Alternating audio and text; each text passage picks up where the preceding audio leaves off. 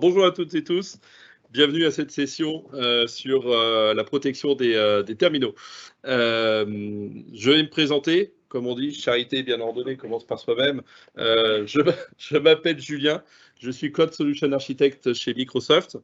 Je travaille sur tout ce qui touche aux terminaux, de près ou de loin. Donc la gestion dite moderne des terminaux, la sécurité des terminaux qui est le sujet du jour, et aussi toutes les offres de virtualisation que sont Azure Virtual Desktop et Windows 365.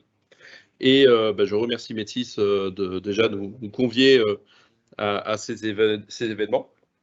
Et je suis accompagné de Hervé, qui est en train de vérifier si tout fonctionne. C'est bon? Donc normalement c'est bon. C'est bon. Normalement c'est bon, j'ai vérifié les commentaires. Donc bonjour à toutes et tous, c'est Hervé Thibault. Donc je recommence, oui, comme je disais, donc bon, j'ai pas mis un petit peu par fainéantise à jour parce que c'est une image, hein. Mais maintenant voilà, j'ai changé un petit peu de rôle, c'est CSO, donc à la stratégie. Donc j'ai plus de métier, en clair c'est ça, quoi. Je peux passer plus de temps avec les CSA Microsoft notamment. et donc ça c'est chez Métis, et puis je suis également Microsoft Regional Director, donc c'est un programme Microsoft où on parle business, stratégique, compete, etc. Donc alors on passe à l'ordre de l'agenda. Attends, je vais basculer sur le contenu. Désolé pour les petits réglages, il a fallu faire avec la technique. Donc aujourd'hui, c'est la dernière session du tour, hein, qu'on avait sur comment le Zero Trust. Donc on a commencé par une session d'overview Zero Trust avec Jean-Yves. Après on a continué sur l'identité. Je vais essayer de ne pas me tromper sur l'identité avec Jean-Philippe à Marseille. On a fait avec Philippe une session sur la data, et cette dernière session, c'est sur la partie endpoint, qui n'est pas la moindre, hein, parce qu'effectivement, l'endpoint, comme on le disait dans le titre, c'est souvent par là que va rentrer le malware et se propager. Alors, il peut arriver par la messagerie, etc., mais on est bien connecté sur la messagerie à partir de son endpoint. Et donc, le sujet de la session, c'est de voir effectivement les impacts et comment on va se protéger avec notamment une solution d'EDR, ce que présentera pas mal Julien. Julien fera un gros focus sur la partie EDR. Moi, je reviendrai sur les autres solutions, donc toute la partie modern management, donc Intune, la partie sécurisation de l'OS, etc. On reparlera, comme dans toutes les autres sessions, du questionnaire de maturité Zero Trust, puis je ferai un petit focus effectivement sur la partie endpoint qui nous concerne aujourd'hui. Donc, très rapidement, comme d'habitude, présenter Medsys. Donc, sur ce côté, il n'y a pas de nouveauté depuis la dernière fois. Donc, Medsys, présent sur 10 sites en France, avec 2 centres de services, centre de services managé à Paris et un centre de service, un SOC, donc Security Operations Center à Tours. D'ailleurs, j'aurai l'occasion de reparler un petit peu de ces services-là, de Microsoft pas Microsoft, Microsoft, autour de la partie Defender.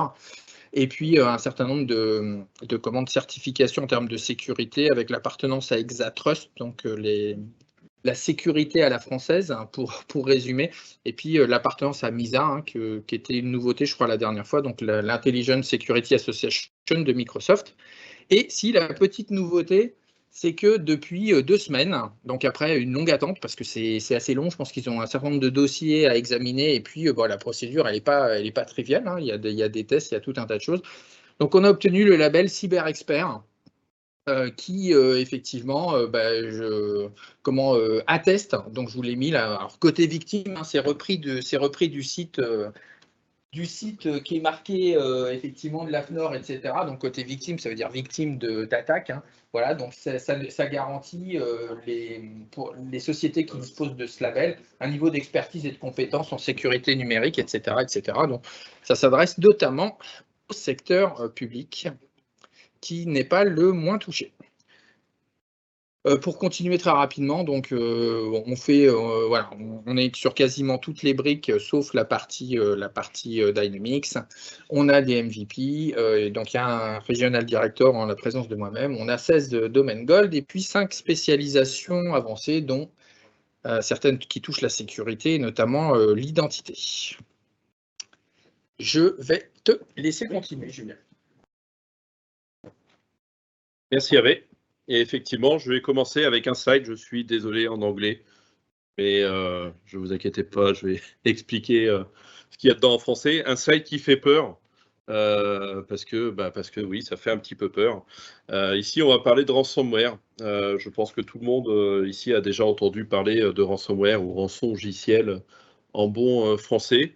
Ce n'est pas les seules menaces aujourd'hui qui ciblent un terminaux, mais avant de rentrer un peu dans le détail, pourquoi les terminaux sont devenus quelque chose qui est une cible, parce que finalement, c'est sur les terminaux que l'on va retrouver la donnée, et donc c'est des choses qui sont facilement monnayables par des personnes malveillantes. Parce que l'objectif, c'est évidemment ça, hein, c'est de faire de l'argent avec les données que l'on va pouvoir chiffrer. Donc ça, c'est le, entre guillemets, job d'un ransomware. Mais ce ne sont pas les seuls. Vous avez eu l'occasion, lors des événements précédents, effectivement, d'aborder différents sujets. Aujourd'hui, on va dire des personnes malveillantes vont avoir plusieurs grades à obtenir. Les données, donc effectivement, les ransomware sont là pour ça, parce que, je le disais il y a quelques instants, c'est quelque chose qui est facilement monnayable. Mais ce n'est plus la seule chose, en fait, le seul Graal à atteindre. On va avoir aussi l'identité, donc je ne vais pas revenir dessus parce que vous en avez déjà entendu parler dans les sessions précédentes, mais l'identité est aussi devenue, on va dire, une sorte de Graal à obtenir pour des personnes malveillantes, parce que l'identité est devenue centrale. Elle permet de se connecter sur des terminaux, elle permet de se connecter sur des applications SaaS, elle permet de se connecter à pas mal de choses, et donc aussi des choses qui deviennent facilement monnayables. Autre chose, j'aimerais détailler un petit peu, c'est que contrairement à il y a quelques années, quand on parlait de ransomware, quand ça a commencé à apparaître, ces choses-là, c'était plutôt le stéréotype du pirate adolescent dans sa chambre d'étudiant qui faisait ça un peu pour s'amuser. Aujourd'hui, c'est plus du tout le cas. Que ce soit pour du ransomware ou d'autres types d'attaques, on peut parler de phishing ou d'hameçonnage, qui sont aussi des attaques qui sont devenues malheureusement extrêmement courantes. Ce sont des organisations qui sont derrière, hein. Ce sont plus des individus seuls, c'est vraiment des organisations qui sont là, qui sont organisées par définition, comme des entreprises en fait, hein, pour essayer de faire un maximum d'argent. 300%, c'est la recrudescence d'attaques que l'on a identifiées concernant des ransomware. Évidemment, le télétravail et tout ce que, voilà, on ne refait pas l'histoire, mais tout ce qu'on a vécu ces 2 dernières années, ils sont également pour quelque chose. Et donc, effectivement, il faut trouver des nouveaux moyens de se protéger contre ces choses-là. À titre indicatif, alors, voilà, j'ai pas les sources, elles sont écrites ici en bas à gauche, mais peu importe, ça reflète assez bien quand même la réalité. Les entreprises dites PME sont pas, on va dire, exemptes de ce genre de choses. Au contraire, elles représentent 50% des cibles. Donc on peut s'imaginer qu'on va cibler des grandes entreprises du CAC 40 et que le cabinet de médecins du coin ne sera pas impacté. Non, c'est pas du tout ça. Aujourd'hui, tout le monde est impacté. Même à titre individuel, je pense que personne aujourd'hui peut se dire qu'il n'a jamais reçu un mail de hameçonnage qui se fait passer pour l'assurance maladie ou qui se fait passer pour sa banque en le demandant d'aller se connecter quelque part et de renseigner ses identifiants. Tout le monde aujourd'hui est touché. Et voilà. Donc c'est ce que je souhaitais mettre en introduction ici. Pas pour faire peur, mais vraiment pour montrer la réalité malheureuse du terrain et qui est vraiment celle qui est décrite ici. Autre chose également, c'est que finalement, le coût d'une brèche de sécurité, il est évalué, alors bon, c'est pareil, 108 000 $, un peu, je ne sais pas d'où sort ce chiffre, mais il est de plus en plus important aussi. Hein, parce que finalement, je le disais encore, l'objectif de toutes ces personnes malveillantes, c'est d'obtenir quelque chose qui soit facilement monnayable pour pouvoir faire de l'argent dessus. Ce qui va me permettre de vous parler d'un produit qui est très récent, puisqu'il est passé en General Availability, comme on dit dans le jargon Microsoft, donc disponible pour le grand public depuis quelques jours. Julien, j'ai une question. Oui. Plus 300% en 2021 versus quelle année? Tu sais, c'était l'année précédente. Ça doit être l'année précédente, donc ça doit être versus 2020. je présume, mais je plaide coupable. Je ne suis pas à l'origine de ce slide. Donc, on a toutes les études qui sont en bas à gauche ici. Plus que le chiffre en soi, hein, finalement, c'est vraiment de se rendre compte que cette situation de télétravail a accéléré ce genre de menace, clairement. On l'a vu, ça a clairement explosé. Les gens ont changé leurs habitudes de travail. On le voit aujourd'hui, on a des personnes qui sont avec nous présentes ici, mais il y a beaucoup de gens comme vous hein, qui êtes en ligne également. Donc on a changé ses habitudes de travail. Moi, il y a 2-3 ans, quand je faisais un événement, finalement, on mettait un Teams un peu optionnel, mais personne ne se connectait trop dessus. Et aujourd'hui, c'est plutôt l'inverse. Et donc, ça reflète bien aussi pourquoi on retrouve ce genre de choses aujourd'hui. C'est que finalement, les gens sont chez eux et cette situation a également pas mal changé. Voilà, donc je vous parlais de Defender for Business, donc qui est un produit qui est passé en général availability, donc il y a quelques jours, qui existait avant sous d'autres termes, je reviendrai dessus tout à l'heure, sous d'autres plans. Mais celui-ci s'adresse particulièrement aux entreprises dites moyennes, type PME. Avant de rentrer dans le détail de cette solution, on est Microsoft, mais on ne protège pas que nos devices Windows parce que aujourd'hui, quand on parle de terminaux, je sais pas si vous voyez encore la caméra, je crois pas, mais j'ai un laptop, Surface, j'ai un iPhone, à la maison j'ai un Mac. Donc on ne peut plus aujourd'hui se dire on va simplement protéger Windows et ce qu'on va se transporter sur un téléphone, ça n'a pas de valeur. Aujourd'hui, c'est plus le cas. Tout le monde a un iPhone ou un smartphone sur lequel on a nos mails, sur lequel on a nos bases de contacts, sur lequel on a potentiellement de la donnée, qui est également aussi quelque chose qui est facilement monnayable. Donc Microsoft Defender for Business va s'adresser à toutes ces plateformes ici qui sont affichées en ce moment à l'écran, donc Windows évidemment, mais pas que, macOS, Android, iOS et également nos plateformes dites de virtualisation que sont Azure Virtual Desktop et Windows 365. Alors qu'est-ce qu'on va retrouver dans Microsoft Defender for Business? Donc déjà, ce n'est pas un produit en soi, c'est un ensemble de composants. D'accord, on ne va pas installer Microsoft Defender for Business comme on installerait un antivirus ou autre chose. Finalement, Microsoft Defender for Business, c'est l'ensemble de ces 5 briques qui sont affichées actuellement à l'écran.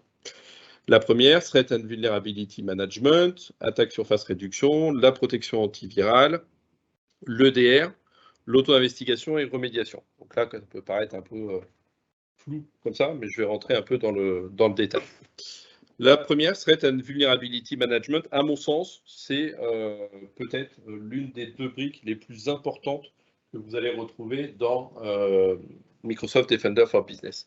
Pourquoi? Parce qu'en fait, je vous montrerai tout à l'heure, si on a le temps, également la démonstration en direct, mais elle va en fait en continu évaluer l'environnement et découvrir l'environnement de travail. D'accord, qu'on va regarder sur les PC qui sont enrôlés dans le service, quels sont les logiciels qui s'exécutent dessus, Microsoft ou non Microsoft d'ailleurs, quelle est la configuration de ces machines, on va regarder tout un tas de choses en temps réel. Et on va vous donner un score qui est ici marqué score d'exposition, qui doit idéalement être le plus faible possible, être exposé le moins possible à des vulnérabilités. D'accord ? Si on est exposé à beaucoup de vulnérabilités, effectivement, on a un gros risque d'avoir des problèmes. Au contraire, si on a un score d'exposition qui est le plus faible possible, on est potentiellement moins impacté. Donc, c'est ce que fait TVM. Il analyse en direct. Oui ? Alors, c'est pondéré en fait suivant tout un tas de critères en fait. C'est-à-dire que les machines vont remonter des données dans le service. Comment est-ce qu'elles sont configurées? J'ai un Google Chrome qui est installé dans telle version, etc. Donc tout ça, c'est des informations qui vont remonter dans le service cloud. Et après, c'est la base de l'IA ou de machine learning qui va se dire, OK, nous, on sait que Google Chrome qui est installé sur vos machines est dans telle version, et on sait que Google a publié un correctif qui va corriger telle version, et on sait qu'il existe des malwares qui tirent parti de cette vulnérabilité. Là, à ce moment-là, on va mettre le score d'exposition au maximum, enfin, pas au maximum, mais on va le pondérer en votre défaveur, en disant, là, attention, vous avez un logiciel chez vous qui n'est pas patché, qui n'est pas à jour, et on sait qu'il existe des malwares qui utilisent cette vulnérabilité. Et donc, suivant tout un tas d'entités, c'est ce qui est ici, hein, les applications, la configuration de l'OS, du réseau, la configuration de la sécurité des comptes, etc. Toutes ces choses-là, en fait, vont remonter et on va afficher un score. D'accord ? L'intérêt, c'est pas simplement de se dire, OK, j'ai un score d'exposition de 61%, c'est-à-dire que bon, c'est dans la moyenne, mais plutôt pas génial. C'est surtout d'être capable de pouvoir réagir et de se dire, bah, qu'est-ce que je fais pour améliorer ce score? Ce que je vais faire, c'est que je vais montrer tout de suite ma démo parce que je pense que c'est plus parlant qu'un slide. Donc là, je suis sur le portail dont je vous parlais. Donc on a ce fameux score d'exposition. Alors là, c'est un environnement de démo. Hein. Je suis à 13 alors que j'étais à 60 tout à l'heure. Donc là, c'est plutôt pas trop mal. Mais ce qui est intéressant de voir, c'est qu'ici, j'ai les Top Security Recommendations. Et ça, en fait, c'est, encore une fois, l'IA qui va vous donner un ensemble de recommandations. On peut les avoir en détaillé, hein, si je vais ici dans recommandations. Là, elles vont toutes s'afficher, qui sont pondérées. Encore une fois, celles qu'on affiche en haut, ce sont celles qui ont le maximum d'impact. D'accord ? On va dire, par exemple, ici, bon, ça serait pas mal tout en bas de désactiver l'autoplay sur vos machines, parce que bah, on n'a pas envie, quand on branche une clé USB, qu'il y ait un truc qui sorte tout seul. Donc effectivement, ça, on peut le faire. Mais la première chose qu'il va falloir faire, c'est ici, on va mettre à jour Windows Server, parce qu'on a enrôlé des Windows Server dans le service, parce qu'on sait qu'il y a un certain nombre de vulnérabilités, 304 exactement, qui ont été corrigées, et pour lesquelles on sait qu'il existe des malwares qui sont actifs quelque part dans le monde. Donc c'est pondéré vraiment sur un ensemble de critères. Oui. Non, ça prend bien en compte les serveurs, c'est ça? D'accord. C'est pas que les postes de travail. Non, c'est aussi serveur. Ouais, tout à fait. Serveur, Linux également, je ne sais pas s'il est affiché, Linux, OS client, alors on descend jusqu'à Windows 7 SPA. Maintenant, évidemment, en fonction de la plateforme avec laquelle on va enrôler dans le service, on aura plus ou moins de fonctionnalités. C'est-à-dire que je vais revenir tout à l'heure, on a évidemment un EDR là-dedans. C'est de l'analyse comportementale, hein, en quelque sorte, qui ne va pas être disponible sur du Windows 7 SP1, par exemple, alors qu'ils vont être disponibles sur du Windows 11. Mais en tout cas, on peut revenir jusqu'à Windows 7 SP1. Donc voilà ce qui est important ici de voir et d'avoir en tête, c'est qu'effectivement, toutes ces recommandations-là, c'est des choses qui sont réelles, enfin qui vous impactent directement. C'est-à-dire qu'on ne va pas vous afficher quelque chose, mettez à jour Windows Server 2016 si vous n'avez pas de Windows Server 2016 chez vous. C'est vraiment contextualisé par rapport à votre entreprise et pondéré par rapport à l'impact qui est le plus important. C'est-à-dire que si je prends celui-ci, par exemple, hop, si j'ouvre le truc, on me dit, il faut que tu mettes Windows Server à jour. Je vais en prendre un qui est peut-être plus parlant. Qu'est-ce que j'ai d'autre comme recommandation ? Peu importe, on peut mettre celui-ci. Hein. Regardez, il y en a tout un tas. J'essaie d'en trouver une qui était peut-être un peu plus parlante, mais bon, peu importe. On va prendre celui-ci. Mettre à jour Windows Server. Donc là, on sait qu'on a 144 devices qui sont exposés sur 1000 et quelques. Et surtout, ce qui est important de voir, c'est ici qu'on va corriger 64 vulnérabilités et qu'on va impacter favorablement de 4,92 le score d'exposition. D'accord ? Ça, c'est la première brique. Threat and Vulnerability Management, qui est, à mon sens, peut-être l'une des plus riches de cette solution. Autre chose que je n'ai pas mentionné au départ de la présentation, c'est que Microsoft Defender for Business ne nécessite de déployer aucun agent. Il n'y a rien à déployer sur les PC. Alors, quand je parle de Windows, sur du Mac, il y a effectivement un agent. Mais pour du PC Windows ou Windows Server, il n'y a rien à déployer. Tout est déjà embarqué dans l'OS. Il suffit de l'activer. Donc, il n'y a pas d'agent à mettre à jour. Quand il y a une version de Windows qui est poussée par Microsoft, on n'a pas à se poser la question de est-ce que mon antivirus va être compatible, est-ce que mon EDR va être compatible. On ne se pose pas la question, on y va parce que de toute façon, c'est embarqué à l'OS. Il n'y a rien à déployer, il suffit juste de l'activer. C'était la première brique, Threat and Vulnerability Management. Et avec, tu me fais des grands signes si des fois je dépasse mon temps de parole. Fais-moi des signes avant de m'envoyer quelque chose. Mais... Question fixe, c'est un package et un antivirus, c'est ça? Oui. Est-ce qu'on est obligé de le déployer? Non. On peut utiliser un autre antivirus si on le souhaite. Mais j'y viens, c'est le point numéro 3. Je vais en reparler tout à l'heure. La deuxième brique, donc là, la première c'était Threat and Vulnerability Management. La deuxième brique, ça s'appelle l'ASR, l'attaque surface réduction, réduction de surface d'attaque, durcissement de poste, peu importe comment on nomme cette chose-là. L'objectif, c'est de vous remonter un ensemble de fonctionnalités que vous pouvez activer ou de paramètres que vous pouvez activer sur vos machines pour venir durcir la surface d'attaque. Un exemple simple, est-ce que ça vaut le coup de laisser une machine qui a des ports avec un accès direct à la mémoire vive? Par exemple, on sait que c'est des choses qui sont assez dangereuses. Si on ne les utilise pas, autant les désactiver. Eh bien, c'est le rôle en fait de l'attaque surface réduction, c'est de vous donner des conseils que vous pouvez mettre en œuvre facilement, que ce soit pour du Windows ou que ce soit pour du Mac ou des autres plateformes, que vous pouvez mettre en œuvre pour venir durcir votre surface d'attaque. Par exemple, l'autoplay, c'en était une. C'est l'ASR qui va remonter ça. Il va vous dire, bah ok, on sait que vous avez des postes Windows sur lesquels vous avez la lecture automatique qui est activée. C'est mieux de la désactiver. D'accord? Donc ça fait partie des conseils qu'on va vous remonter au travers de la réduction de surface d'attaque, c'est de mettre en œuvre un certain nombre de choses pour venir durcir vos machines. Et encore une fois, c'est contextualisé par rapport à votre environnement. C'est-à-dire qu'on ne va pas vous donner des conseils que vous ne pouvez pas mettre en œuvre chez vous, ça n'aurait aucun sens. Donc ça, c'est le rôle de l'attaque surface réduction. Le troisième, et donc j'y viens, c'est la protection antivirale, Next Generation Protection. C'est la protection antivirale de Microsoft. Alors là, vous allez me dire, je ne comprends pas parce que clairement, hein, Microsoft Defender for Business, on est sur un produit qui est soumis à licence, alors que l'antivirus Microsoft, il est gratuit. Oui, c'est vrai, mais avec Microsoft Defender for Business, on va pouvoir réaliser un certain nombre de choses supplémentaires que l'on ne fait pas en fait avec l'antivirus gratuit.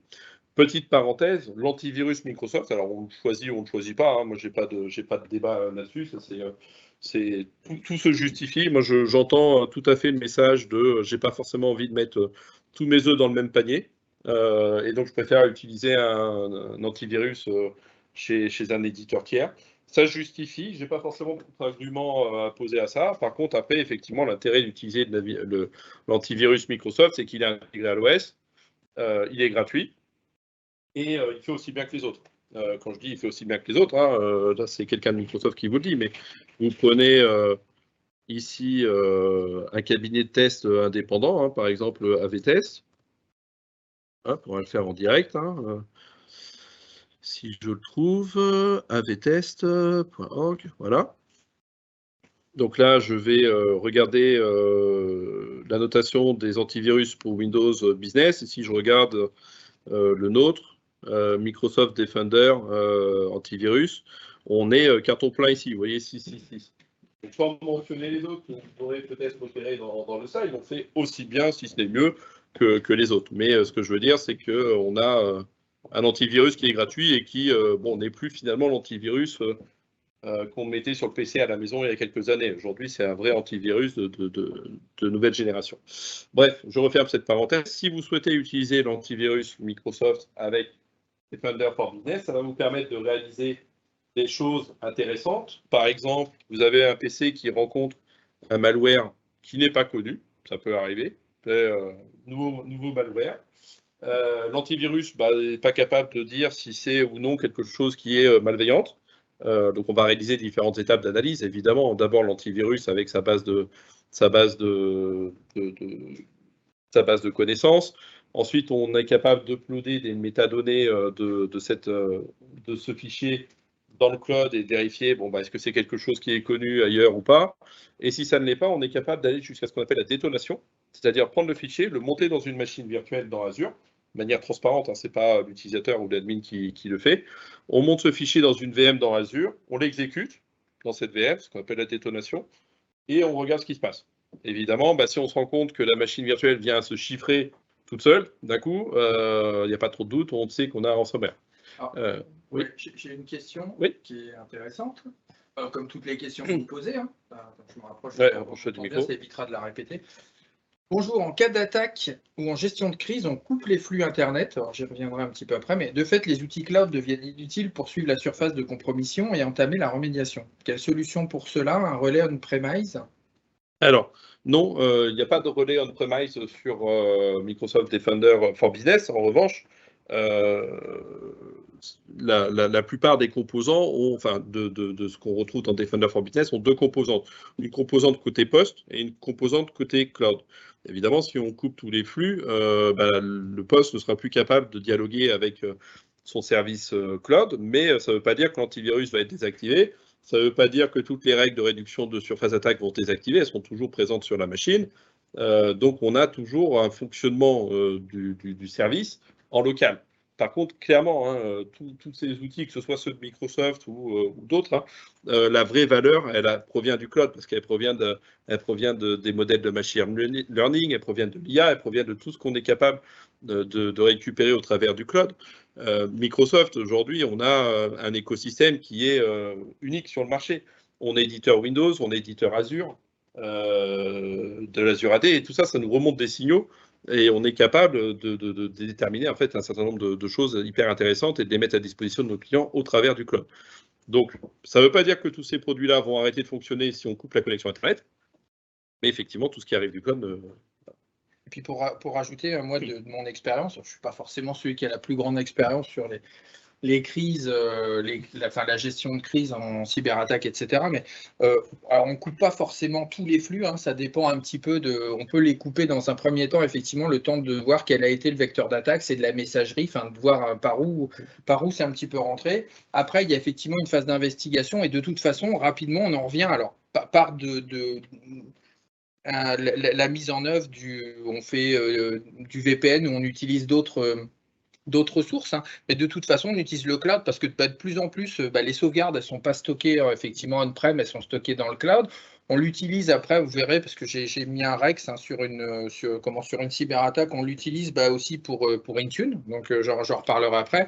Donc effectivement, il est rare, on peut couper temporairement un certain nombre de flux, histoire d'investiguer, faire un peu de forensics, comme on dit, mais rapidement, effectivement, un ensemble de flux sont remis, alors sur des flux qu'on contrôle, vers des endpoints précis, donc qui sont connus, notamment ceux de Microsoft, etc., pour remonter un petit peu le système. Ouais, je rajouterais aussi autre chose. L'intérêt de Defender for Business, c'est qu'il fonctionne main dans la main avec Intune. Ce sont deux produits qui sont conçus pour fonctionner l'un avec l'autre. Et effectivement, je pense que tu vas en reparler tout à l'heure, Hervé. On va retrouver dans Intune des choses qui s'appellent, c'est pas dans Intune, mais si. On a l'accès conditionnel, ça c'est des choses qui sont plutôt dans Azure AD, et on va retrouver des règles de conformité. Et donc en fait, effectivement, pour éviter qu'un malware vienne se propager rapidement sur le réseau, on va pouvoir demander à Intune de définir une règle de conformité, de se dire quelles sont les règles que moi j'impose à mes PC pour être conforme par rapport à ma stratégie d'entreprise. L'une des règles sur lesquelles on peut jouer, c'est un niveau de santé, un niveau de risque en fait, qui est lui évalué par Microsoft Defender for Business. Ça veut dire quoi? Ça veut dire que grosso modo, si un malware arrive sur un terminal, Microsoft Defender for Business va le détecter. Il va dire, OK, cette machine, elle est infectée par un ransomware ou elle a un comportement qui est suspicieux, par exemple. Et donc, il va automatiquement mettre la machine à un niveau de risque. Pour vous montrer à quoi ça ressemble, ça sera peut-être plus parlant. Si je vais à nouveau dans mon portail ici, que je regarde la liste des PC qui sont inventoriés dans mon truc, je vois ici une colonne risque level. D'accord? Donc là, j'ai un niveau qui peut être élevé, qui peut être low, qui peut être médium, peu importe. Ce niveau de risque, en fait, il va être envoyé à Microsoft Intune, qui va décider ou non de déclencher cette règle de conformité. Il va dire, OK, le PC il est devenu à un niveau de risque qui est élevé. Pour moi, il est plus conforme par rapport à ma stratégie d'entreprise. Je le marque comme non conforme. Et à ce moment-là, on peut jouer avec l'accès conditionnel et interdire cette machine d'aller se connecter à sa messagerie, par exemple, pour pouvoir envoyer au travers d'un email un malware à d'autres personnes de l'entreprise, de s'interdire de se connecter aux données dans OneDrive, par exemple, pour éviter un chiffrement des données, etc.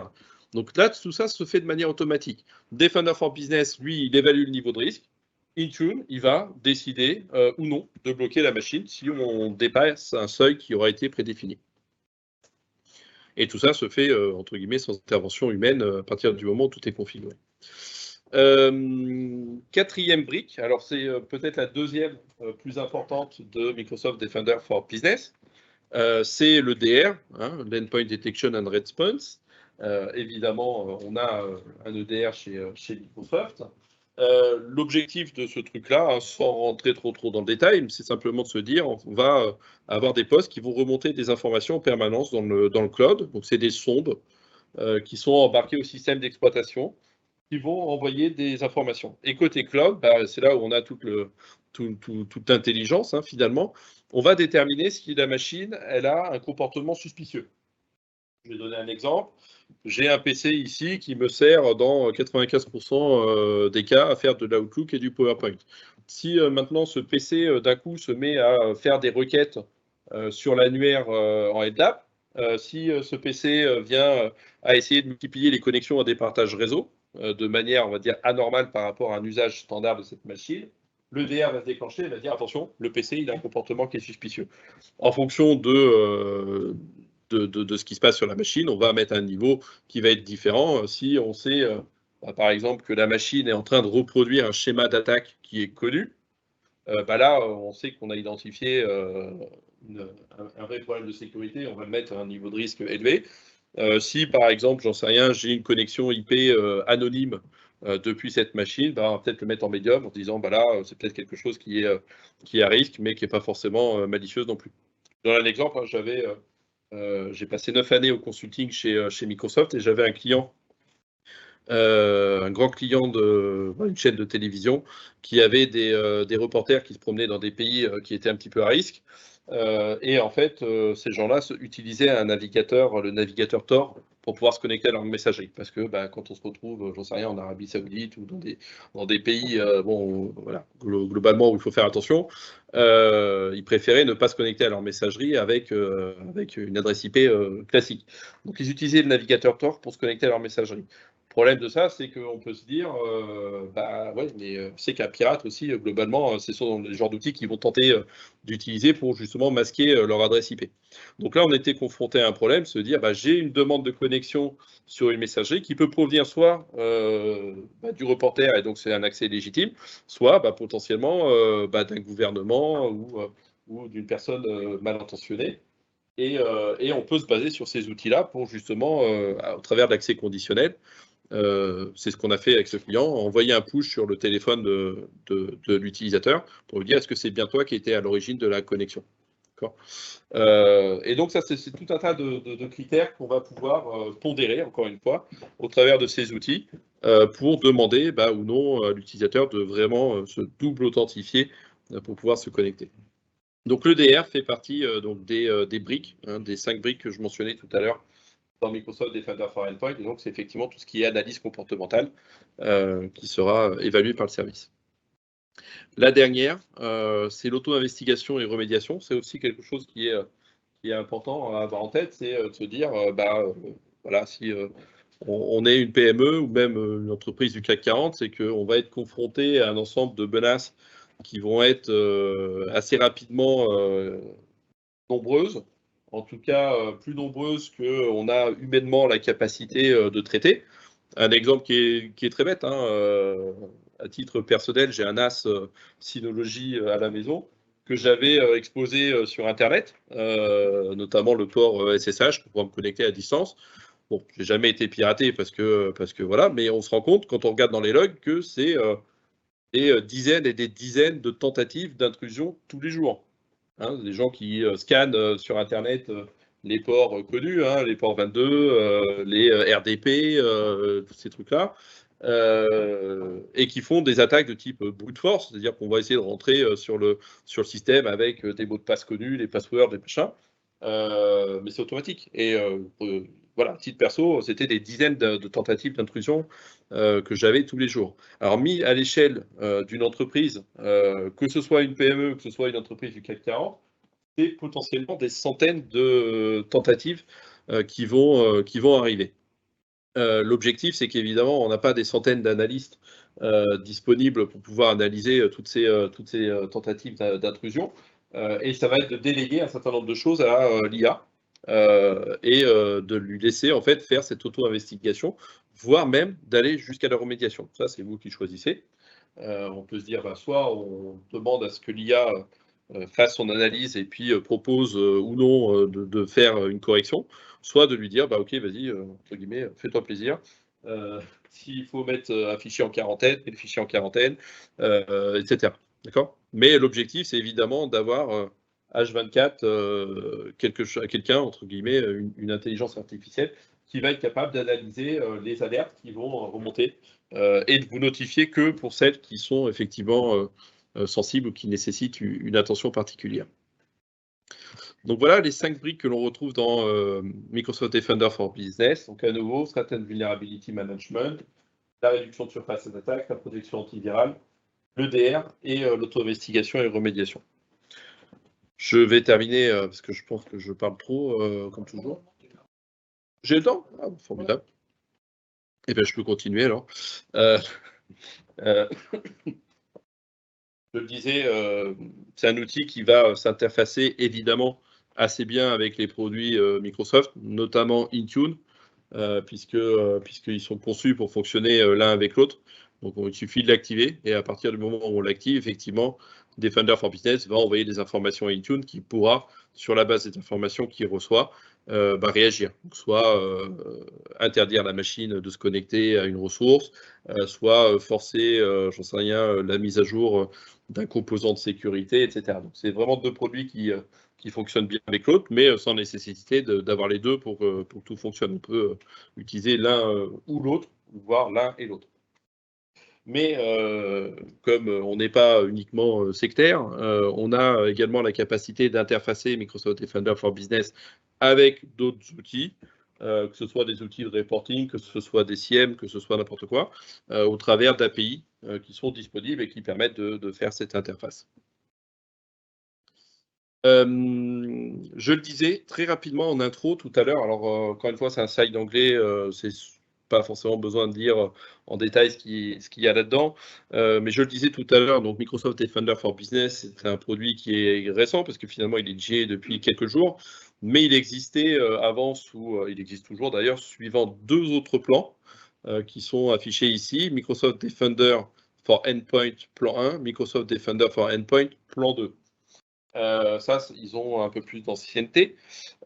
Pourquoi on n'a pas appelé ça plan 0, me demandez pas. On a préféré appeler ça for business. Bon, voilà, mais c'est finalement le même produit qui est derrière, avec un ensemble de fonctionnalités qui sont différentes. Vous savez bien, hein, Microsoft, on n'est pas une association loi de 1901 à but non lucratif. Donc, à un moment donné, plus on paye et plus on en a. Mais c'est bon, je pense que c'est un peu logique. Il n'y a pas que Microsoft qui est comme ça.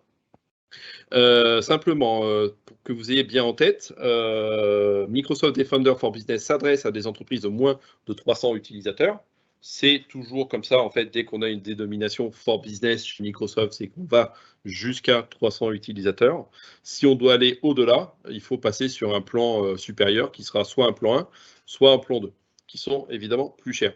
Là où je voulais en venir ici, c'est pour ça que j'ai décidé de passer un peu de temps sur Microsoft Defender for Business avec vous ce matin, c'est que quand on regarde les petites cases qui sont cochées dans la colonne Microsoft Defender for Business, on se rend compte que finalement, on en a quasiment autant que dans un plan 2 qui est le plan le plus important et donc évidemment aussi le plus cher. Et vous allez retrouver toutes les briques qui sont, on va dire, un peu premium chez Microsoft, c'est-à-dire toutes les briques qui font appel à de l'intelligence cloud. Notamment, j'en ai parlé, Threat and Vulnerability Management. Hein, donc ça, c'est effectivement l'une des plus riches qui va évaluer en temps réel l'environnement de votre parc et vous fournir un ensemble de recommandations pour venir le corriger. Ça, c'est quelque chose qu'on retrouve dans Business, mais qu'on ne retrouverait pas, par exemple, dans Plan 1. Il faudrait vraiment aller sur un plan 2 pour une entreprise au-delà de 300 utilisateurs pour pouvoir bénéficier de cette fonctionnalité-là. Si on retrouve aussi l'auto-investigation et remédiation, c'est la même chose. C'est des fonctionnalités premium, parce que plan 2, mais qu'on retrouve quand même dans business. Là où je veux en venir, c'est que pour un prix raisonnable, on a quasiment un plan 2 avec Microsoft Defender for Business et on a quasiment le maximum que Microsoft est capable de fournir pour la sécurité. La grosse différence en fait qui existe entre un plan 2 et un for Business, c'est celle-ci, c'est les Threat Experts dont on peut bénéficier quand on a acheté plan 2. Que l'on n'a pas dans Defender for Business et qui permet de solliciter à la demande un expert en cybersécurité chez Microsoft dans le cas où j'ai une attaque qui survient.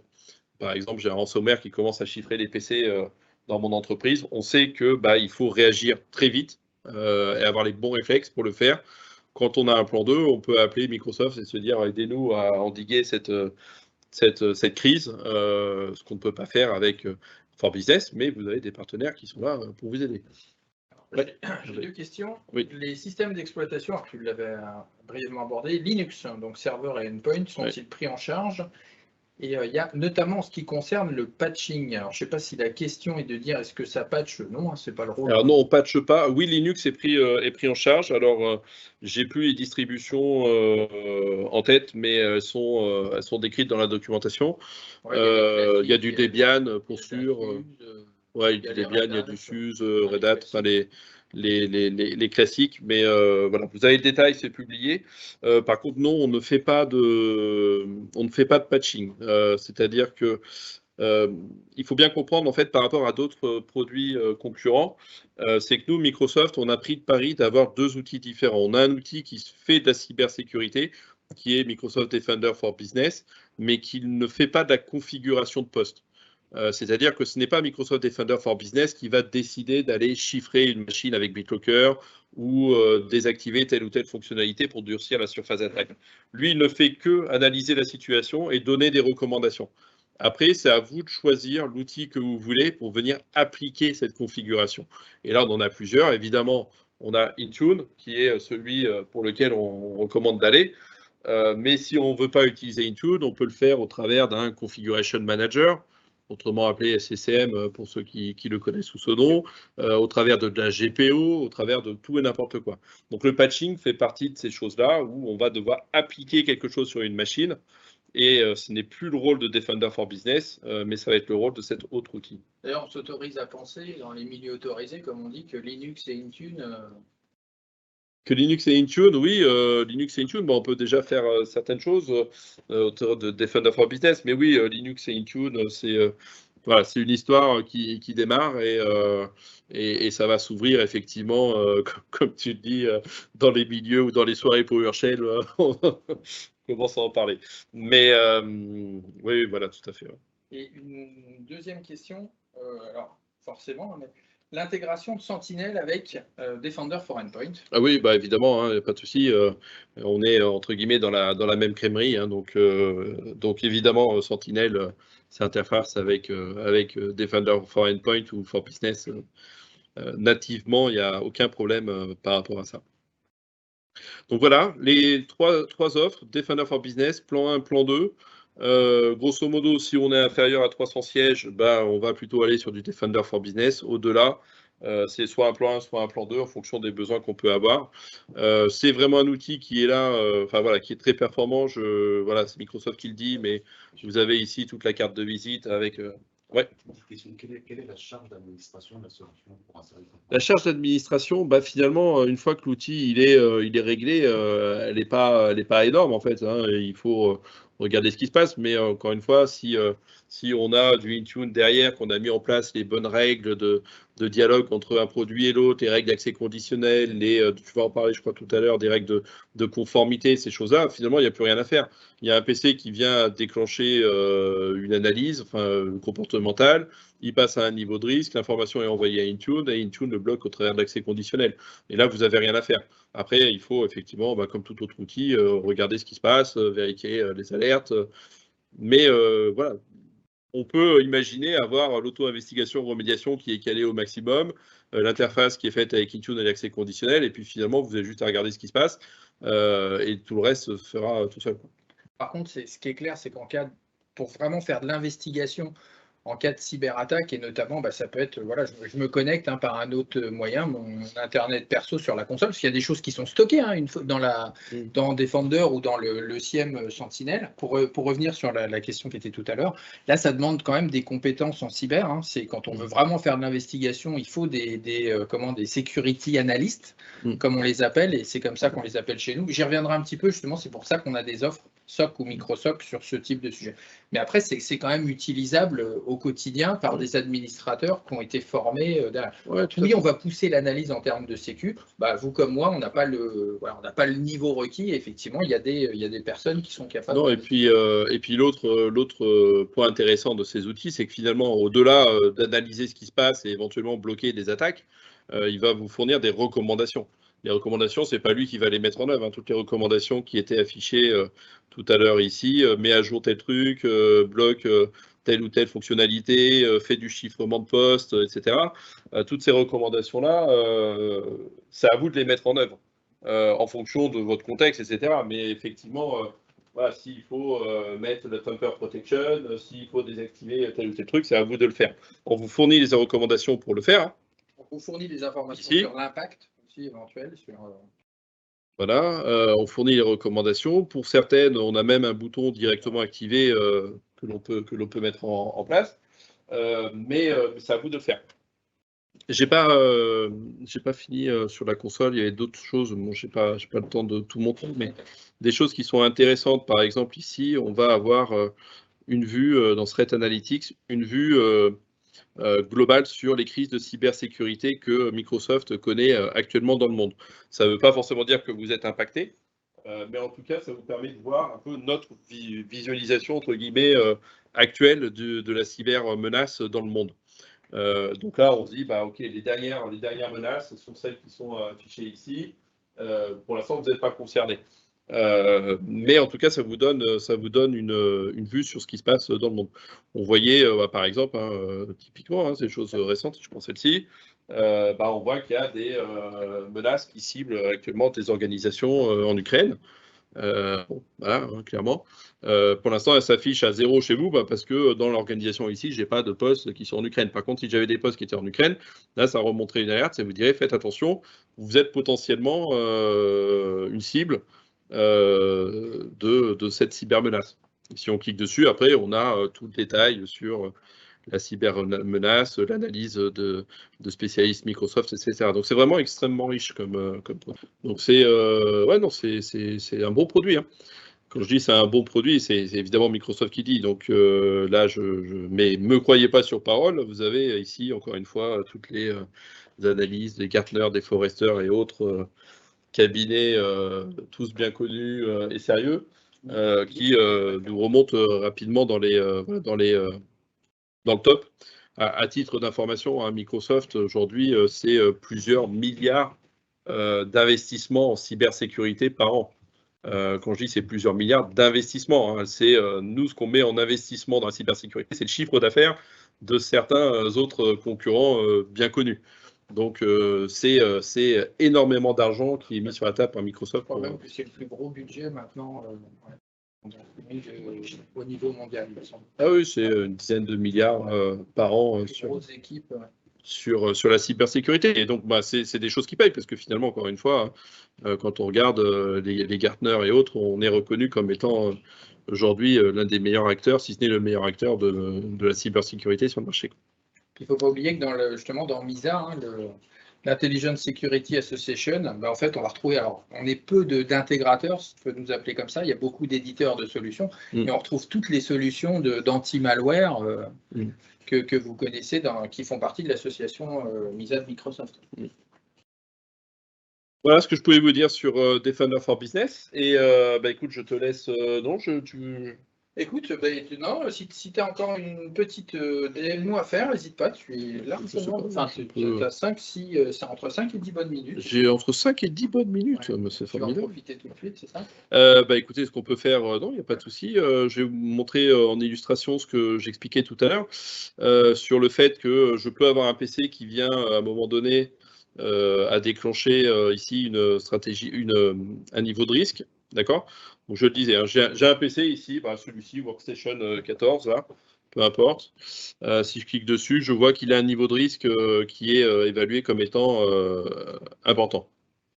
Ok, je pourrais avoir le détail si je le souhaitais dedans pour voir qu'est-ce qui se passe. J'ai juste une question. Oui. Compatible avec un compte éducation. Donc là, je pense qu'on parle. Alors, si on parle éducation, on doit parler des licences type, je pense, A1, A3 et A5. Ouais. Donc là, on les aura. Si tu m'arrêtes si je me trompe, mais A5, ça sera l'équivalent de 5. Ouais, c'est ça. A3, l'équivalent de 3, donc on aurait le plan 1. Plan 1. Et puis, donc business, ça ne s'applique pas dans ce cas-là. Donc là, je peux, cette machine directement lui dire manuellement d'aller isoler le device, d'accord? Je peux cliquer dessus, mais l'intérêt, c'est justement de ne pas avoir à le faire manuellement, c'est de se dire, j'aimerais bien en fait que Intune me bloque cette machine et lui interdise de se connecter, par exemple, à sa messagerie. Donc là, cette information, elle est encore une fois évaluée par Microsoft Defender for Business. J'ai un PC qui ici a un niveau de risque élevé, parce qu'il doit avoir un malware ou autre chose. Donc pour avoir la mécanique qui fonctionne de bout en bout, il faut aller dans les settings au départ, ici, d'aller dans Endpoints, et dans Endpoints, s'assurer que dans les fonctionnalités avancées, on ait bien mis en place la connexion avec Intune, qui se trouve être là-dedans, je ne sais pas trop où. Intune, voilà, Microsoft Intune Connection, on l'a ici. Donc une fois que ça c'est fait, côté Intune, qu'est-ce qu'on va faire? Là, je vais devoir me connecter sur un autre portail parce que je n'ai pas les accès. Ça, c'est le portail IMS. Je n'aurai pas accès à Intune de Microsoft. On va se connecter là-dessus.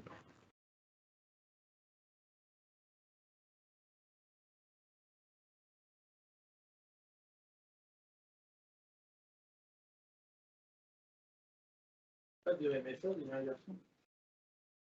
T'as pas de MFA, vilain garçon? Alors, c'est une très bonne remarque.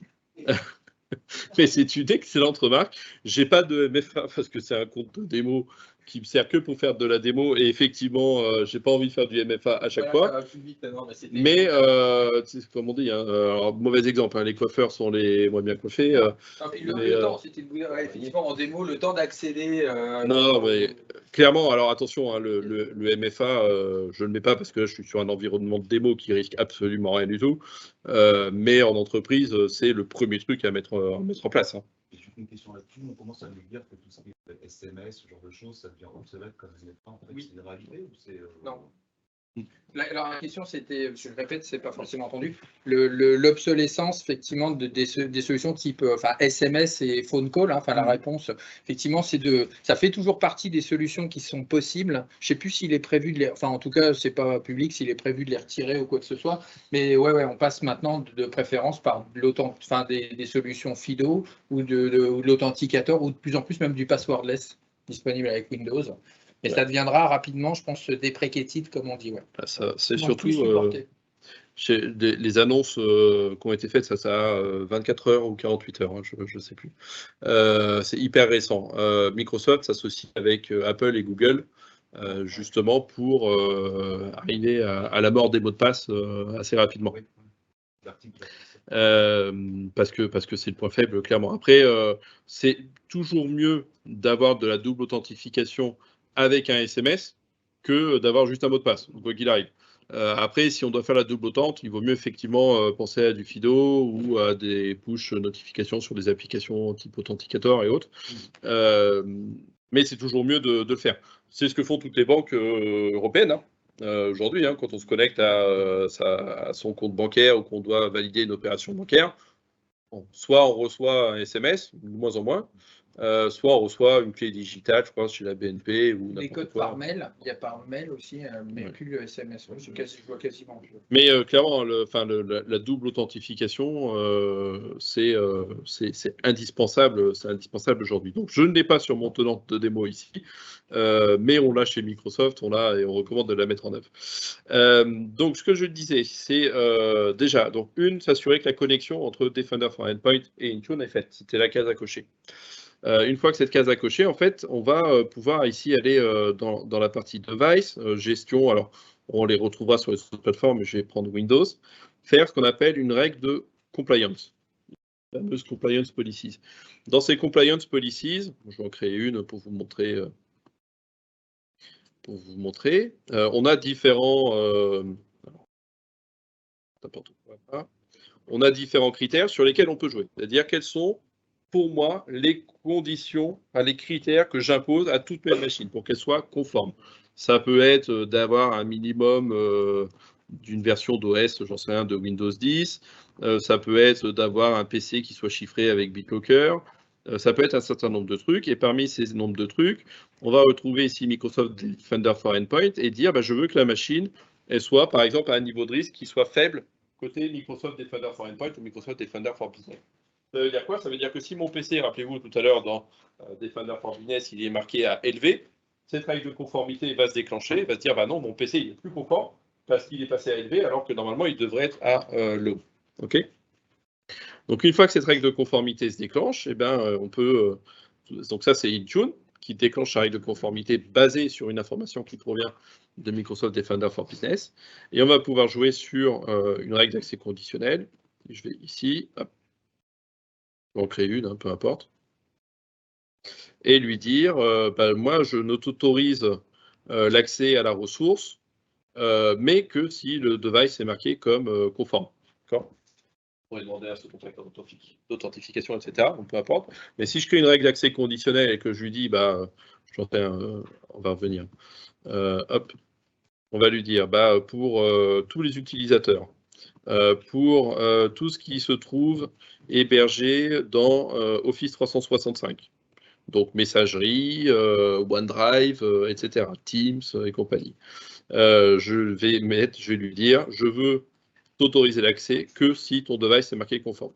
Si j'applique cette règle, que je la crée, ça veut dire que à partir du moment où le device est marqué comme non conforme, par rapport parce que Microsoft Defender for Business a détecté qu'il avait un comportement qui était suspicieux, la règle d'accès conditionnel se déclenche, le PC il est interdit de se connecter à sa messagerie au reste. Avec une notification à l'utilisateur ou pas? On peut demander une notification, on peut lui mettre une notification. Alors je ne sais plus où c'est, mais on peut effectivement notifier l'utilisateur. D'ailleurs, non, c'est ce qui se passe par défaut.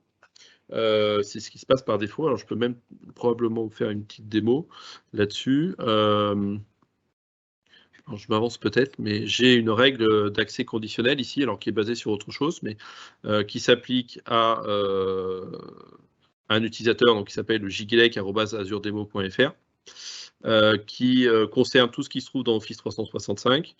Et la règle ici, c'est de bloquer l'accès si mon poste arrive avec un niveau de risque qui est considéré comme médium ou high. Ça veut dire que si l'exemple que je donne, c'est je me connecte à partir d'une adresse IP anonyme. Ce que je donnais tout à l'heure l'exemple avec mon reporter. Si j'arrive depuis un navigateur Tor, IP anonyme, je suis à niveau de risque qui est médium. À ce moment-là, la règle d'accès conditionnel. Et effectivement, si je me connecte avec une adresse IP anonyme, là, je vais avoir un message d'erreur. Enfin, quand la règle d'accès conditionnel va se déclencher, j'ai un message d'erreur qui va s'afficher, qui va dire vous êtes authentifié correctement, mais vous remplissez pas les conditions d'accès à cette ressource. Et donc, on sait effectivement que c'est la règle d'accès conditionnel qui s'est déclenchée. Alors, je ne sais pas si je vais pouvoir aller jusqu'au bout de ma démo parce que, de mémoire, on n'a plus l'autorisation d'installer le navigateur Tor sur nos machines, mais je vais essayer quand même. Si, tu as Microsoft qui te lance le FBI qui va débarquer en hélico, mais... C'est peut-être ça. Non, je vais essayer, hein, mais je ne suis pas sûr d'aller jusqu'au bout de ma démo parce que je crois qu'on n'a plus le droit de le faire. Mais bon, sinon, croyez-moi sur parole, si je lance le navigateur Tor, adresse IP anonyme, j'essaye de me connecter à ma messagerie Gigilec Azure Demo, et là, on va m'envoyer un message erreur, on va me dire tu ne peux pas y accéder parce que tu ne remplis pas les conditions d'accès à la ressource. Je vais quand même essayer d'aller jusqu'au bout du truc, mais je crois que la dernière fois, j'avais pris un petit message d'erreur en me disant tu n'as plus le droit.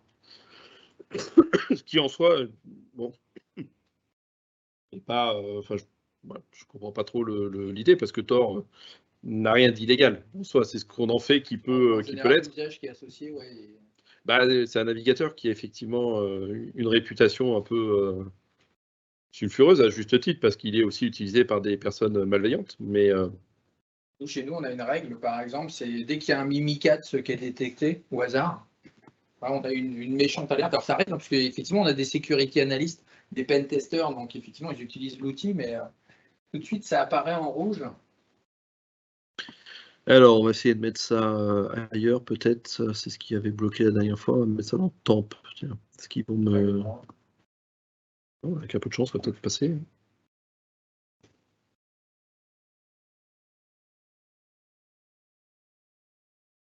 J'ai le droit de l'installer, mais je pense que c'est à l'exécution que ça va me bloquer. Mais on va tenter quand même.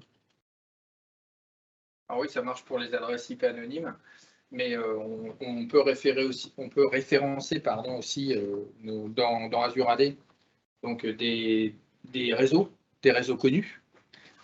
Qui sont vos réseaux d'entreprise. Hein, et auquel cas, effectivement, c'est pareil. Hein, si l'adresse IP n'est pas dans les ranges que vous avez référencés, c'est dire voilà, c'est une connexion qui est non désirée, donc on refuse dans le cadre de l'accès conditionnel la connexion. Eh bien, ça marche. Ça va être formidable.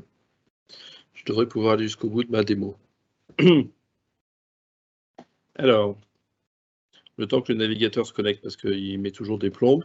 Là, je vais me connecter sur ma messagerie. Donc là, je suis bien connecté, vous le voyez, en tant que gigelec@azuredemo.fr. Donc encore une fois, ma règle d'accès conditionnel ici, c'est je suis gigelec@azuredemo.fr. J'essaye de me connecter à une application, à une ressource hébergée dans Office 365.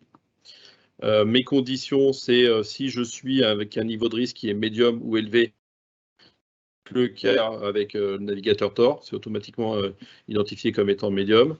À ce moment-là, je bloque l'accès. Vous pourrez demander un second facteur d'authentification. Ici, je mets juste un message, je bloque l'accès. Donc là, je vais me connecter à ma messagerie. Outlook.office365.com.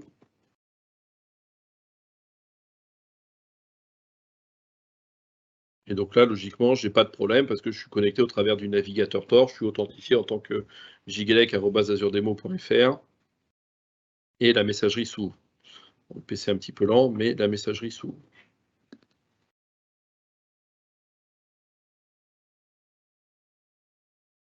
Vas-y, Outlook. Je te laisse 1 minute. Ouais, voilà. Donc là, ma messagerie est correctement ouverte, d'accord, et je suis bien authentifié en tant que gigelec@azuredemo.fr si le truc veut bien s'afficher, mais on voit ici que c'est JG. Ok.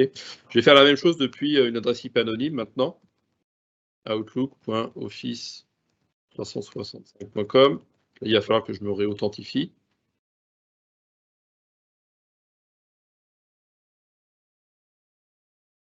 Un vieux Surface Laptop, donc il peine un petit peu, mais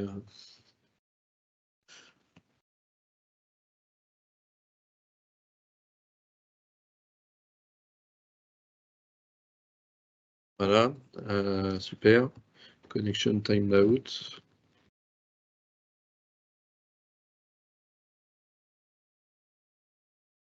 C'est pour ça qu'il vaut mieux utiliser Edge.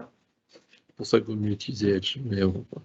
Voilà, donc là j'y arrive. gigelec@azuredemo.fr, donc c'est le même compte. Je rentre mon mot de passe.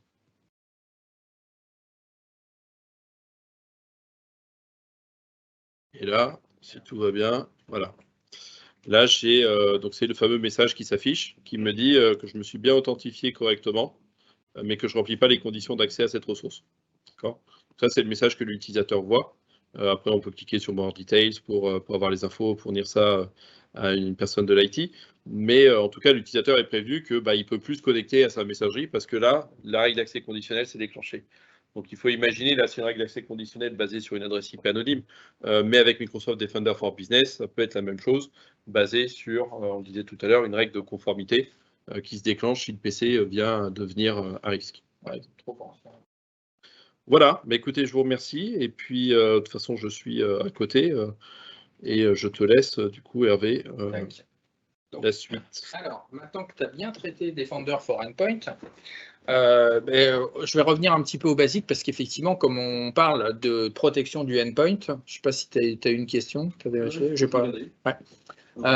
Donc il y a aussi pas mal de choses qui sont déjà dans la boîte avec Windows 10 et Windows 11.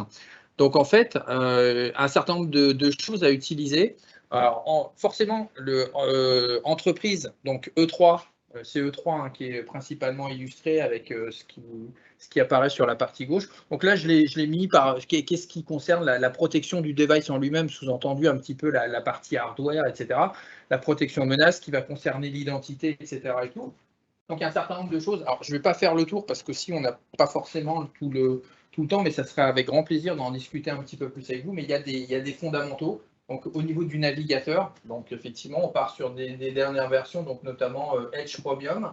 Vous avez, alors, celui qui est mis tout en haut, c'est l'occasion de le répéter, puisqu'on se dit en 2022, on n'a plus besoin de le répéter. Moi, je vérifiais l'année dans ma tête. Hein.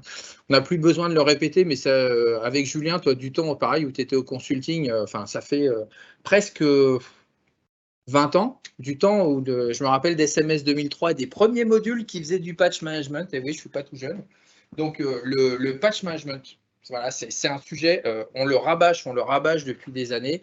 Il y a toujours des endroits où les patchs ne sont pas systématiquement, et le terme c'est bien systématiquement appliqué, hein, quel que soit le produit, produit au sens Microsoft, hein, on parle. Et encore, normalement, non, il faudrait aussi l'étendre à tout. Et quel que soit l'OS et le niveau de criticité. Donc, le patch management, super important. On passe par la couche donc, ce qu'on appelle Windows Update for Business et on le traite avec Intune. J'essaierai d'y revenir rapidement. Et puis vous avez donc un certain nombre de c'est les Windows Defender XX Guard quelque chose hein, et un sujet important c'est Exploit Guard. Donc Exploit Guard va vous permettre notamment d'empêcher, ça aussi c'est quelque chose qui est un vecteur d'attaque courant, vous ouvrez un mail, dedans j'ai un document Word au hasard, hein, je crois que c'est une attaque qui est encore en cours où il y a du docx, etc. Et puis à l'intérieur vous allez avoir une macro, vous allez avoir du code et en fait qui va appeler qui va appeler des process, etc. Typiquement avec Exploit Guard, on peut bloquer. Donc ça, c'est utilisable sur le Windows en tant que tel. Bien sûr, on peut aussi le configurer dans les règles Intune et dans les règles de conformité. Puis vous allez interdire le fait de lancer un sous-process, Win32 par exemple, quand ça vient d'un document, etc. Et ça s'applique aussi à un navigateur. Donc c'est la techno qu'on appelle Application Guard. Donc, qui va faire que votre navigateur va être isolé et si jamais il y a de la compromission, etc., le vecteur de compromission ne peut pas se propager au reste de l'OS et donc il reste circonscrit un petit peu en mode silo, il reste circonscrit dans l'environnement du navigateur. Donc tout ça, ce dont je parle, hein, ça s'appuie sur les fondamentaux, c'est vrai que j'en ai pas parlé, c'est surtout la partie, donc tout ce qui est... on utilise la virtualisation qui est inclue dans Windows, effectivement, pour faire ce silotage au sens sécurité. Ce n'est pas utilisé pour des VM. On fait un silotage de sécurité. Donc, ça commence par le Secure Boot, et puis vous allez avoir le Guard et aussi le Defender. Donc, dans la partie identité, le Defender Credential Guard, c'est pareil, qu'isole, au sens que j'ai évoqué, hein, qui va isoler les credentials de manière à éviter quelque chose qui vous ferait du vol de credentials. Windows Hello.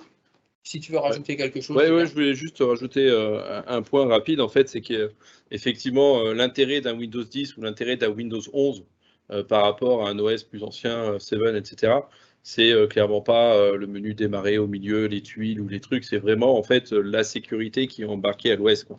C'est vraiment là la plus-value d'un Windows 10 et encore plus d'un Windows 11 aujourd'hui, c'est vraiment toutes ces fonctionnalités de sécurité.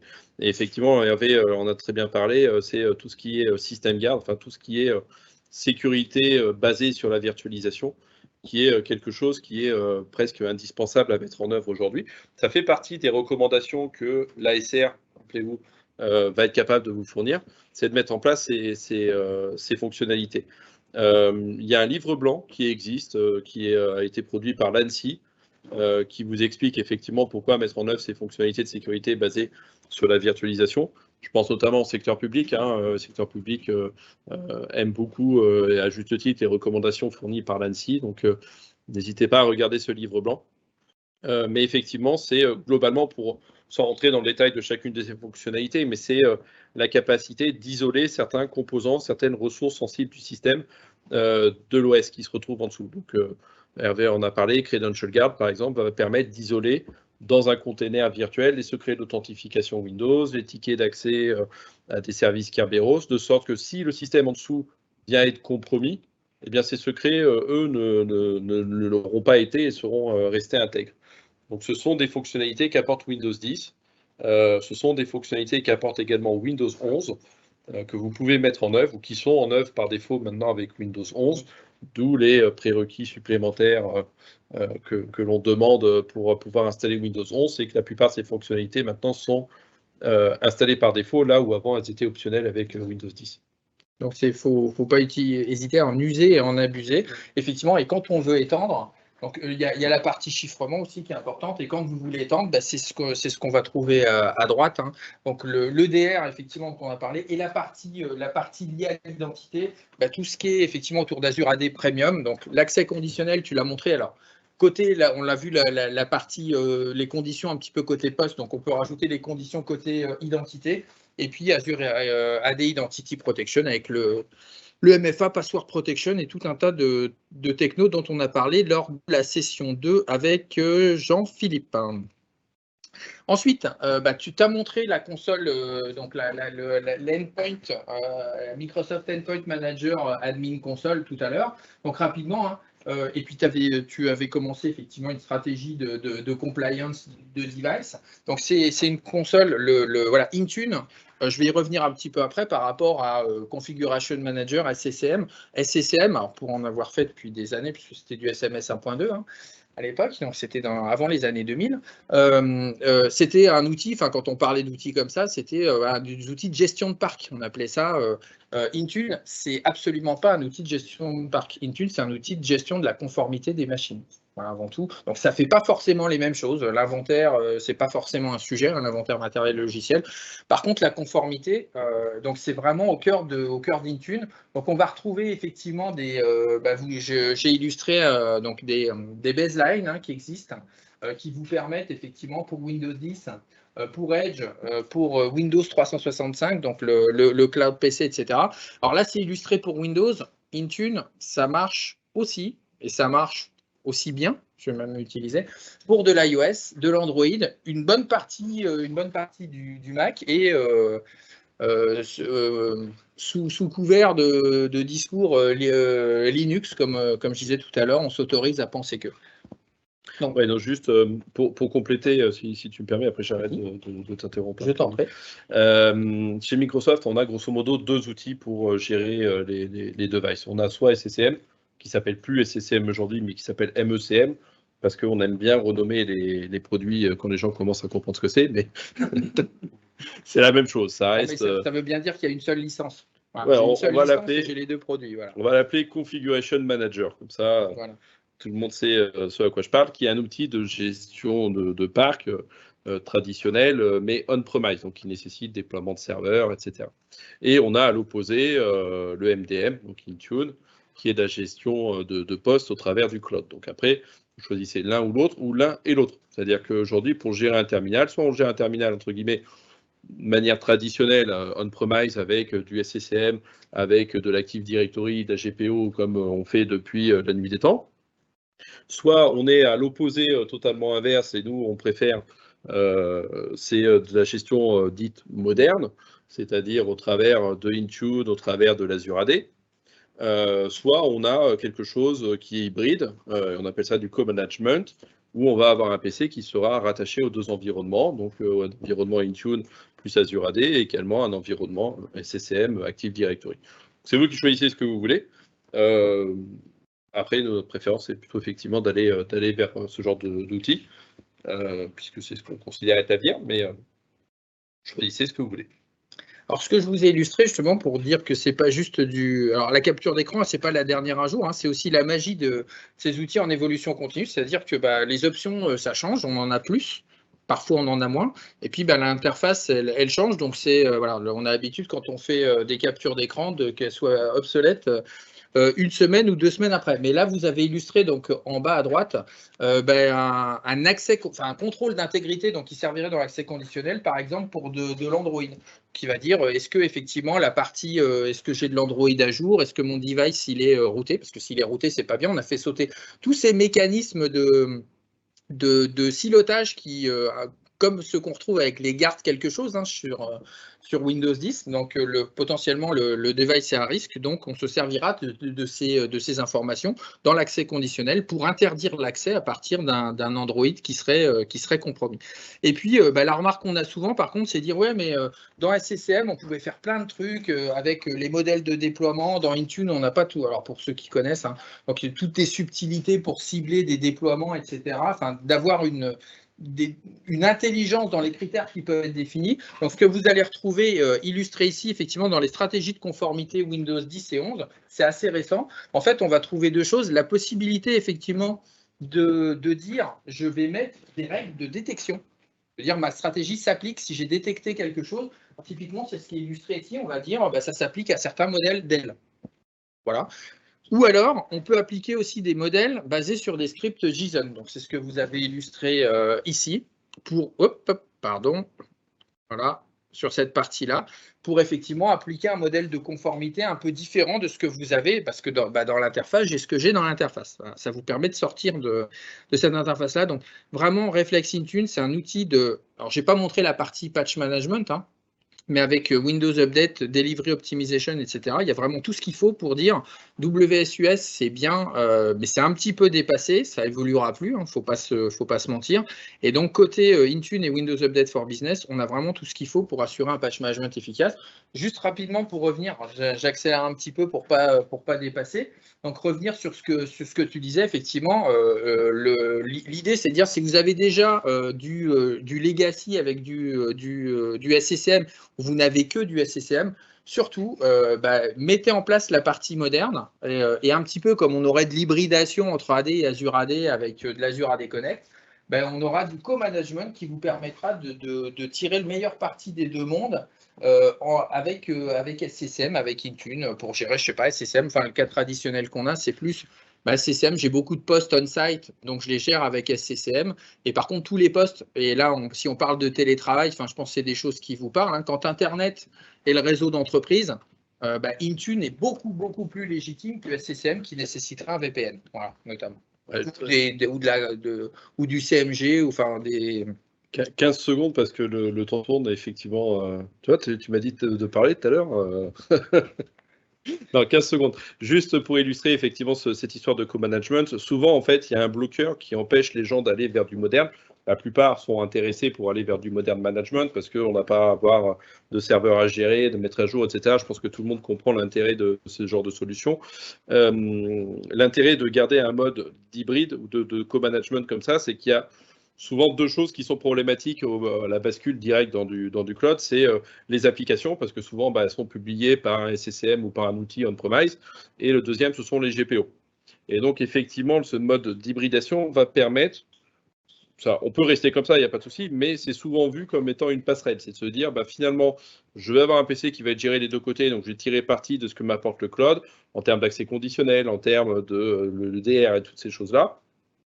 Mais je vais quand même continuer d'utiliser mon Configuration Manager pour pouvoir pousser mes applications, les installer sur mes postes. Et le jour où une application vient être supprimée ou remplacée, plutôt que de la remplacer par SCCM, on va la mettre dans Intune jusqu'au moment où on pourra, entre guillemets, couper le cordon. Mais c'est l'intérêt un peu de ce modèle de co-management, c'est de se dire ça peut aussi servir de passerelle pour aller vers du modern management. On migre des workloads. Le workload patch management, c'est un des premiers. Quand on est en code management, en général, c'est Intune qui le gère. Et tout ce qui est configuration qu'il y avait dans des GPO, ce qu'on appelait les GPP ou toute la partie compliance, effectivement assurée par la partie GPO côté AD, effectivement, souvent on la bascule dans Intune, puisque comme tout le monde le sait, dans Azure AD, il n'y a pas de GPO.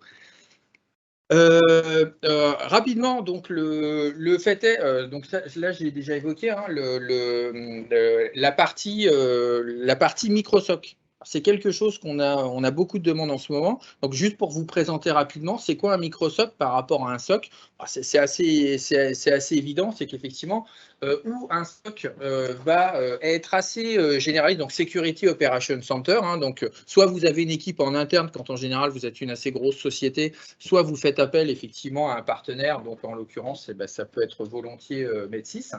Donc un SOC adresse tout un ensemble de services. Le Microsoft, lui, il va se focaliser sur des parties précises, enfin un périmètre précis de la sécurité, et notamment, pour rebondir sur ceux qu'on a évoqués dans ces différentes sessions Zero Trust, vous allez en retrouver un, l'endpoint protection qui nous concerne aujourd'hui, l'identity protection, la data protection, et puis la partie collaborative au sens large, la data étant vraiment centrée sur la data au sens où on l'a évoqué avec Philippe lors la dernière session. Donc derrière, vous allez retrouver forcément les différentes solutions Microsoft. Et par exemple, qu'est-ce qu'on trouve comme service au sein de ce Microsoft? C'est la préparation du déploiement de l'EDR. Donc, j'y reviendrai rapidement sur un REX, ce qu'on a eu après. La configuration initiale. Donc, quand on parle je ne parle pas de déploiement en tant que tel, parce que comme l'a dit Julien, c'est inclus dans la boîte. Hein, donc, c'est de la configuration, etc. L'activation et puis après les différentes options, les différentes actions qui vont être de dire j'analyse les remontées que donc comme a montré Damien, hein, puis on peut aller plus loin effectivement, ou de dire si j'ai eu une compromission, effectivement c'est remonter à ce fameux patient zéro. Donc ça va être de la recherche dans la console. Donc nous le MicroSOC s'appuie sur Sentinel. Donc, notre offre SOC, c'est Sentinel. Et puis, dans le cas du MicroSOC Defender for Endpoint, effectivement, on va analyser les données Defender for Endpoint pour essayer de trouver le patient zéro et l'infection primaire qui pouvait être, je ne sais pas, quelque chose qui a été reçu par mail ou une connexion ou une usurpation d'identité. Voilà. Donc, bien retenir, hein, si je veux avoir une protection de bout en bout de mon environnement, c'est effectivement une solution entreprise avec les couches qu'on a marquées. C'est Intune pour assurer toute cette gestion de la conformité globale. C'est la partie Defender for Endpoint pour vraiment la partie sécurité, comme l'a illustré Julien. Et puis la partie MicroSOC, effectivement, pour s'assurer que vous avez, donc que ça soit en interne ou que ça soit chez nous, pour s'assurer que vous ayez toutes les compétences nécessaires pour administrer ces différents environnements. Voilà. C'est ce qui vous permet d'avoir un environnement complètement sécurisé. Alors, pour un REX de sécurisation de device, donc c'est une action qui est intervenue il y a déjà quelques temps. C'est une crise de sécurité. Il y a un moment, on en avait beaucoup, on en a un petit peu moins ces derniers temps quand même. Voilà, et ça, c'est le cas typique. On l'a déjà évoqué lors de la session 2 avec Jean-Philippe. Hein, on compromet un poste, c'est pourquoi? C'est pour compromettre AD, etc. Chiffrer des données via un ransomware pour demander, comme son nom l'indique, une rançon, etc. Donc, ça, c'est pour le détail. On est intervenu sur tous les différents sujets. Et la première action qui est mise en œuvre, c'est de mettre en place justement Defender for Endpoint pour éviter, alors ce que j'ai appelé la surinfection, c'est disposer de métriques qui permettent de savoir ce qui se passe sur les postes et puis aussi de préparer, d'éviter de se faire attaquer une deuxième fois. Parce que ça arrive relativement fréquemment. Et même dans la presse, on s'en fait l'écho. C'est pas parce qu'on s'est fait attaquer une fois que, à la limite, c'est quand tant que je gagne, je joue. Hein, et donc, en général, quand on a réussi à attaquer une société une première fois, on essaye de rejouer une deuxième fois pour voir si les bonnes actions n'ont pas été prises. Donc, on a fait, comme je vous montrais tout à l'heure, on a fait du hardening Windows 10 entreprise. On a vérifié tout ce qui était patch management, etc. et tout. Et puis, les montées de version aussi, parce que quand on parle de patcher, c'est aussi suivre les montées de version Windows, etc. Et en fait, là, vous avez la ligne de temps qui est en rouge, qui est le début de l'action Med6. Alors, au début, ça ne veut pas dire qu'il n'y avait pas de Windows. Hein. Si on regarde ici, on se dit, attends, il n'y avait rien. Non, c'est juste que l'info n'était pas remontée dans la console. C'est pour ça qu'on ne le voit pas forcément. Là, par contre, vous voyez le déploiement de l'EDR, qui est quand même, le déploiement de l'EDR. L'activation de l'EDR, donc, qui se fait, l'avantage, c'est de voir que ça se fait très, très rapidement. Voilà, ce n'est pas quelque chose où, je sais pas, on va penser à dire, je vais intégrer du MFA. On sait que le MFA, en termes d'accompagnement au changement, on a des courbes qui montent quand même relativement lentement. Là, on a une adoption une mise en place qui est très, très rapide et on atteint rapidement le seuil, etc. Et puis en dessous, le lien en dessous, c'est aussi l'action qui a été entreprise sur les montées de version Windows. La chose à retenir, on a travaillé aussi sur la sécurisation des domaines AD, les remédiations des indicateurs de compromission AD. Pas dans un cadre ANSI, je ne crois pas sur cette attaque-là, mais ça arrive effectivement qu'on intervienne avec l'AXI, dont le label CyberExpert notamment. Et puis, ce que ça a surtout permis, le Secure Score. Donc ça, c'était la capture de l'époque. Maintenant, c'est un petit peu différent. Donc ça nous a permis très rapidement d'améliorer sur la partie endpoint, d'améliorer de manière très significative la sécurité des endpoints et donc se dire les actions qu'on prend vont permettre, alors indépendamment du ransomware qui chiffrait, etc., il y a cette action aussi, il y a une partie de l'équipe, c'était remettre les serveurs, remettre en forme l'AD, etc., mais il y a une partie de l'équipe qui travaille sur le endpoint pour s'assurer que, effectivement, une deuxième attaque ne revienne pas suite à nos actions. Si on se dit maintenant, on part du principe que vous avez une licence E3 ou E5 et puis que vous partez à peu près de rien, alors là, j'espère ou je pense que personne ne part de rien, mais un petit peu dans l'ordre où on va le faire, le premier sujet, c'est effectivement de travailler le hardening Windows, donc comme je vous l'ai déjà montré, et puis de joindre les machines. Donc si vos machines, elles ne sont que AD, les joindre dans Azure AD. Voilà, ça se fait et puis de les inscrire, l'intérêt c'est de les inscrire notamment dans la solution Intune, etc. Et puis ensuite, qu'est-ce qu'on va faire? En premier lieu, on va travailler la compliance Windows. Donc si on a du SCCM, on met en place le co-management, on intègre des modèles de conformité, donc, comme on l'a vu, et on essaie de basculer un certain nombre de choses qu'on avait dans AD, donc des modèles GPO vers des modèles Intune et bénéficier de l'accès conditionnel. Donc les règles d'accès conditionnel pour Windows qui sont ici. Et on n'oublie pas, bien sûr, le patch management et la partie servicing au sens les évolutions. Donc gérer le passage d'un build de Windows 10 à un autre ou d'un build de Windows 11 à un autre. Petit rappel, maintenant, c'est tous les 1 an. Troisième étape, on met en place la solution d'EDR et puis on intègre, soit si on dispose d'un SIEM, donc Sentinel, ça s'intègre aussi avec d'autres SIEM, on parlait de Sentinel, mais vous avez tout un écosystème de SIEM avec lequel ça s'intègre. Vous formez votre SOC ou le micro-SOC, qui en général, un micro-SOC, c'est plutôt externe qu'interne, mais pourquoi pas, ça pourrait être aussi en interne. Et puis, un des sujets, alors bien sûr, je les ai mis les uns à la suite des autres, ça peut aussi être fait en parallèle, de l'étendre au device. On a parlé de Windows, il faut aussi considérer iOS, Android.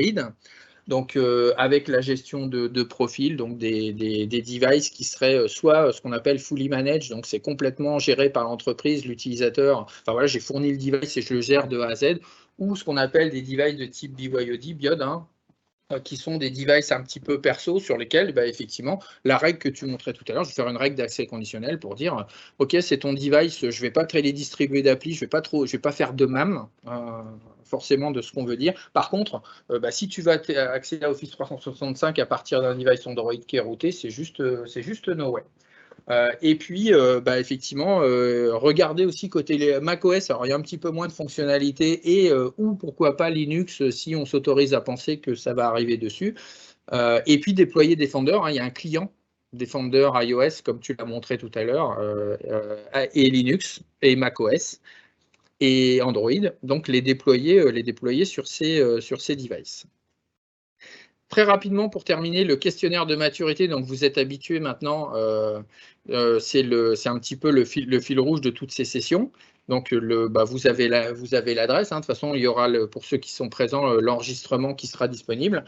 Donc, j'ai repris les questions qui sont sur la partie device. Vous savez, il y a différents onglets, etc., l'identité et tout. Donc là, je fais un focus sur la partie device. Comme habituellement, il y a les petites colonnes cachées entre C et je ne sais plus combien, G, je crois. Donc, je les affiche ça vous permet de vous donner une idée de qu'est-ce qui est considéré comme important dans le calcul du score, que ce n'est pas un truc magique que sort Microsoft pour vous amener là où il a envie de vous amener, et rien ne vous empêche effectivement d'agir, ou quand nous, on va faire une prestation d'audit de maturité, effectivement, d'agir sur ces indicateurs et ces coefficients d'importance, ces poids, on pourrait dire ça des poids, qui nous permettent, nous, d'affiner en fonction du client.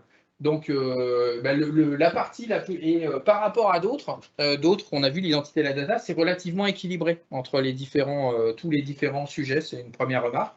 Et puis, on va trouver la partie la plus importante, notamment, c'est, est-ce que j'ai, effectivement, on parle de sécurité, un EDR, on ne parle pas que de Defender for Endpoint. Si c'est Defender for Endpoint, c'est bien, mais on parle vraiment d'EDR qui est disponible dans l'entreprise. On retrouve les différents sujets que j'ai évoqués, la jonction Azure AD, le fait d'être géré par une solution MDM. Alors, j'aime plus trop ce terme-là, on parle plutôt de Unified Endpoint Management, hein, puisque le MDM donne l'idée que c'est du mobile, etc.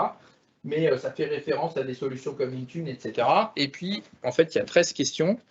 Et dans la deuxième partie, donc, il y a des sujets qui sont moins importants, mais je l'ai quand même entouré parce que c'est un des sujets qu'on oublie fréquemment chez les clients et c'est super important.